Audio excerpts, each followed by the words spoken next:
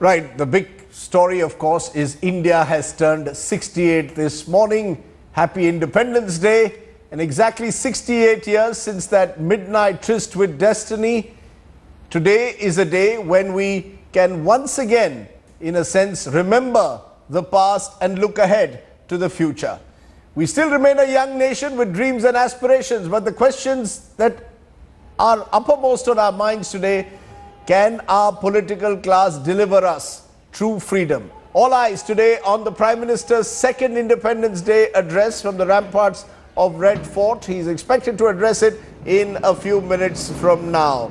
Remember, a year ago, Narendra Modi had presented his vision for a new India from that very stage. 365 days later, the Prime Minister will present a report card on the changes he proposed, all the various announcements he made, and perhaps will make more announcements. So the big questions today will be around the Prime Minister's Independence Day speech.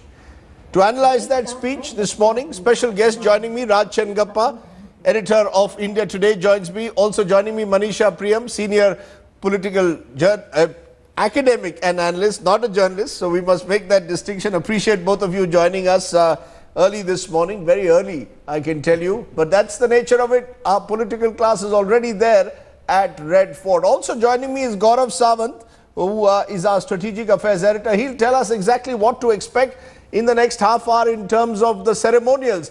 Gaurav, we are told the Prime Minister will unfurl the national flag around 7:30 and the speech is around 7:32. Spot on there, Rajdeep. India turns this is the 69th Independence Day. The Prime Minister arrives at the ramparts of the Red Fort in about 10 to 12 minutes from now, and then he inspects the Guard of Honor. This is a tri-services Guard of Honor, one officer, 24 men each of the Army, Navy and Air Force, and then the Delhi Police contingent. The Prime Minister takes the salute, then he walks into the Lahori gate of the Red Fort, and then there is another Guard of Honor, which is the flag Guard of Honor that he inspects once again. He will be received by the Raksha Mantri Manohar Parrikar.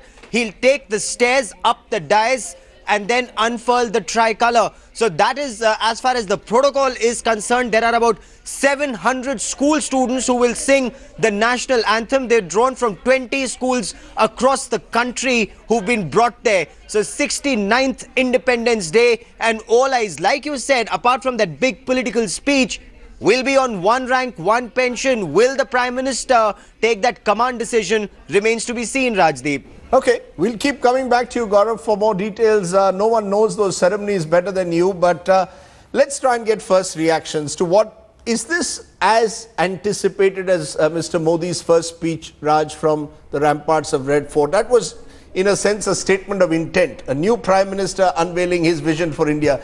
Is it now a little bit more about removing some of the cynicism that has set in? The honeymoon period clearly is over. It's almost as if Mr. Modi now needs to renew his relationship with the Indian people. I agree, Rajdeep. I was there last year, and for the first time I went and listened to a speech at Red Fort. It's a tremendous atmosphere, and it's only there you truly understand why we celebrate this day with the cannons firing, you know, the cheering and everything else. And he gave an awesome speech. It was an agenda-setting speech. I wouldn't think that this would be what we would see this time. I think this time we'll see a progress report. You know, somewhat like you said, a report to the nation on this. There are, as Gaurav was mentioning, great expectations from the army men that one rank, one pension would be there. But I would, you're right. In many senses, he's coming with a bit of a sheen gone. And people are saying, look, we need to implement all these things. It was great what you said, but let us know how quickly you're going to do all these things. So I think timelines would be important in this. You know, at the end of the day, though, Manisha, he is a consummate orator. I mean, one of the strengths of Mr. Modi is his power of communication, his power of oratory. So, do you expect, is every speech of Mr. Modi to be judged on his power of oratory? Or are people going to now start judging him, as is being suggested by some, on the implementation of promises that are made during the speech?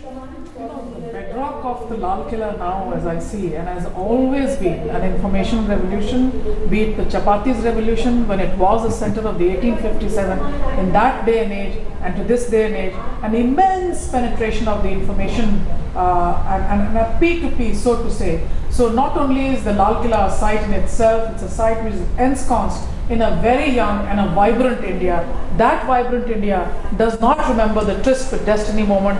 That vibrant India is largely a post-midnight phenomena as I look at it. They would be looking now for what is the new India that Mr. Modi has indeed delivered. They would be looking for words of confidence. They would be looking for words of performance, not just a report card. And I would say even the world now would be looking at India not just as a young nation, but as one of the foremost amongst the ASAFLA, the Asian, African, Latin American countries that first set off the benchmark and became what was a post-colonial nation. It seems now that the brigade of Latin American and African countries have also marched ahead, many of them doing better than India. So in many ways, the center point of attraction the world over, and for a dynamic and young India that is now looking for a change that can give to India its rightful place amongst the Committee of Nations. There's some problem we are having with the rustling of Manisha's mic. We'll get that fixed in a moment. But the images that you're seeing there from Red Fort is of Lal Krishna Advani coming there, the grand old man of the BJP. He's being made to climb all those stairs. You know, he's a remarkably fit 86-year-old, but still I just sometimes wonder whether he needs to climb that long podium, the long staircase as he goes up to the ramparts of the Red Fort. Maybe technology could help some of our older politicians at times like this. But as Raj, you put it, today is a day for people to, in a sense, celebrate the idea of India. I mean, you know, we don't celebrate it often enough. There's so much of negativism, pessimism around us. Yesterday, I did a program with young Indian heroes, remarkable Indians. I saw that. And there was particularly this one Indian, Brajesh, who struck me, son of a daily worker, who today is an IIT, and he and his brother both qualified for the IIT. Now, those stories of India, do you believe sometime that maybe we need to celebrate those stories apart from only listening to our netas and politicians? Do we do enough like the Americans do on July 4th to celebrate the achievements of civil society? Should we change and move away from this old system of the Prime Minister declaring again a speech from Red Fort? Controversial, but should we be doing it? No, Rajdeep, I saw your program yesterday. It was very touching. And I think apart from listening to the Prime Minister, it's very important that we all ask ourselves, what can we do for the nation? We're always expecting government to do the maximum amount of stuff for us. But if you look at the call that he gave last year, and you know, we're expecting him to give a progress report. Have we given ourselves a progress report? For example, Swachh Bharat. You know, Exactly. Swachh Bharat cannot only be done by the state, it has to be done by civil society. So do you believe that it's important for civil society also to respond to what they hear from the Prime Minister? Absolutely. I think, you know, this is a day that we must reaffirm a lot of these things. Take a look, apart from Swachh Bharat, there were things like Digital India, Skill India. If we are not able to you know, join our hands together to do these kind of things, unless we do that, you would see a difference. Right. You know, I'm just trying to sort of get our correspondents at Red Fort also to find out, you know, exactly more about the ceremonies. But Manisha, just a quick word before we take a break. You know, this point about civil society, I've just wondered, I went to one July 4th celebration once in America, and I was struck by the manner in which you know, America opened itself up to spontaneous celebrations by neighborhoods, by people, rather than only by the state. Do you think the time has come that across India, across this vast, diverse, great country of ours, that people should have an occasion to celebrate? Maybe open up India Gate completely to some kind of festivities on Independence Day. Yeah, absolutely. And I think the more and more we are creating ourselves as a security state, our leadership is getting away from its own people. That's been happening for a while.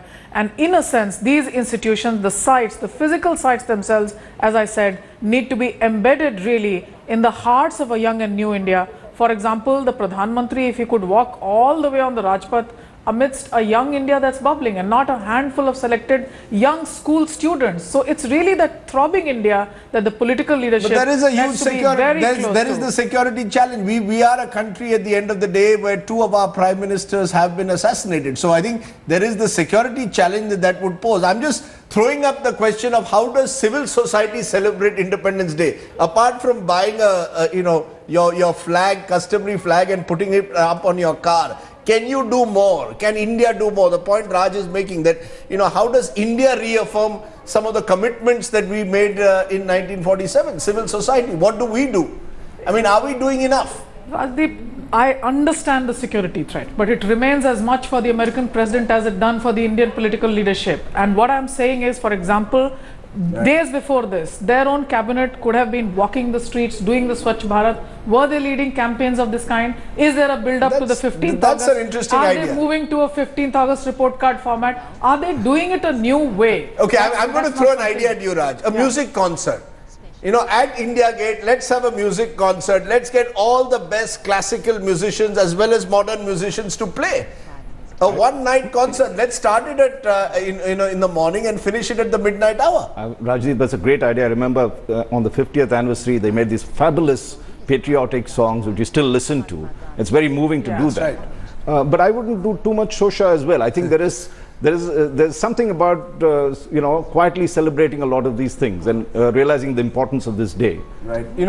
That's the Prime Minister who has gone and first gone